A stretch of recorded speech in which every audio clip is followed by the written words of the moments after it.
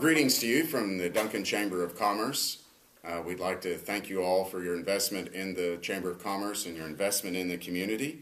I'd like to kind of give you a little bit of an update of things going on this week at the Chamber, or sponsored by the Chamber.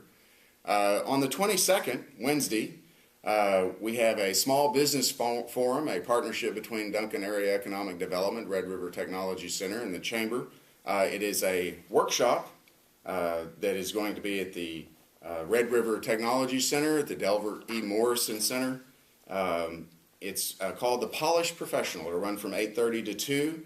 It's designed to help business professional women that want confidence to step into the boardroom, the retail stores, classroom, or office with more enthusiasm to get more out of their workday and their working life. We'd like to thank Tara Hall of REI's Women's Business Center for working with us on this. We always tried to come up with different types of small business forums, and this is really a great one, the Polished Professional.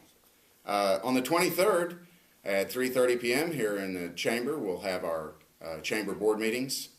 We appreciate the service of our board of directors, and just a reminder, at 3:30 we'll have the board meeting on the 23rd. Also on the 23rd at 5:30, we'd like to thank Jim Spurlock and his family business, Garden Town. They're going to be hosting a business after hours at their facility. The focus of the evening is going to be kind of the outdoor living. As you know, Garden Town is really great at building and preparing outdoor style living, whether it be outdoor kitchens or patios or just beautiful landscaped living areas. And so if you get a chance, Thursday evening at 5:30, come on by Garden Town. They're in Duncan Town Square, and we'd love to see you there. On the 24th at noon here at the Chamber, we're going to have an ambassador luncheon.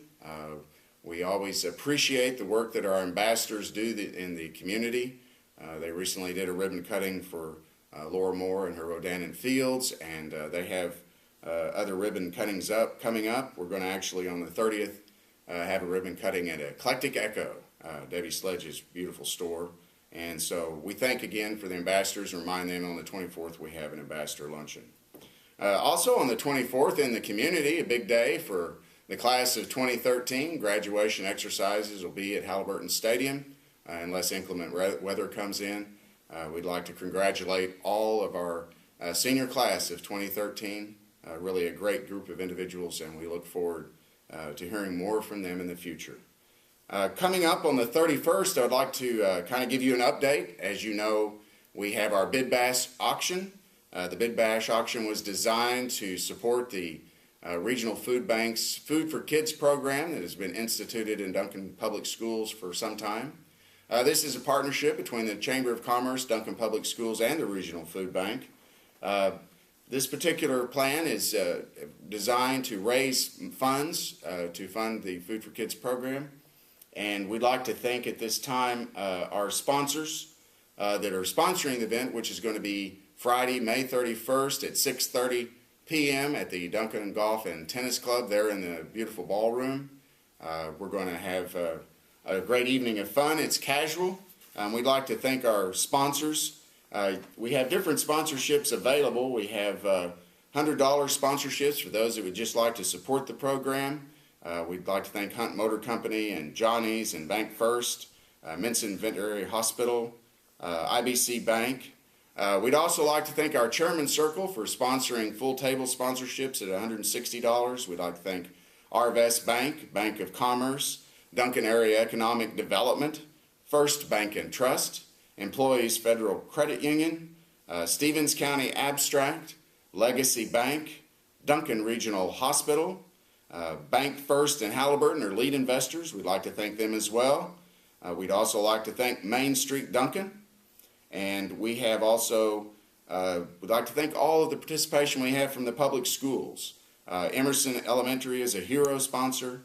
We'd like to thank Plato and Mark Twain Elementary School for being hero sponsors at $300. The Duncan High School, we'd like to thank them for being sponsors at $300. Woodrow Wilson is a hero sponsor at $300. And we have a couple of superheroes we'd really like to thank with their investment in the backpack program. Tilly Pressure Test and Family Cars and Trucks have invested $400 as our superheroes. We have other sponsorships available.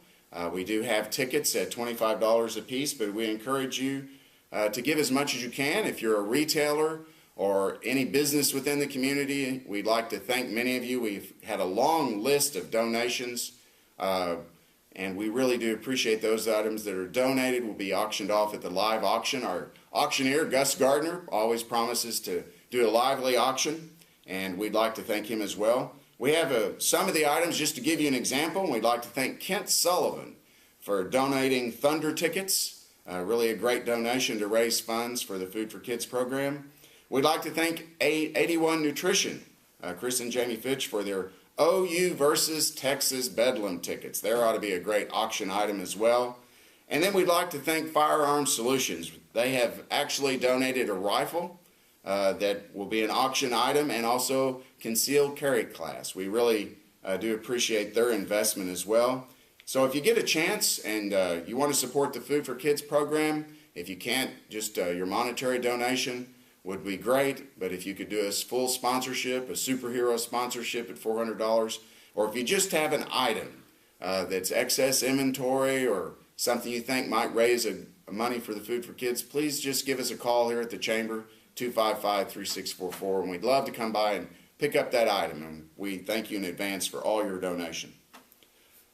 I'd like to just leave you with, we do a lot of talking at the Chamber of Commerce and different chamber members, and I have the opportunity at different times to speak at civic organizations, the service organizations, and one of the things we always talk about is the different opportunities to serve within the community. I think we have a very engaged community, civic engagement. But I would like to leave you with the words of Thomas Jefferson. He said in 1820, about 6 years before he dies, "I know of no safe depository of the ultimate powers of society than in the people themselves." We wish you a great week, and until next time, have a great day.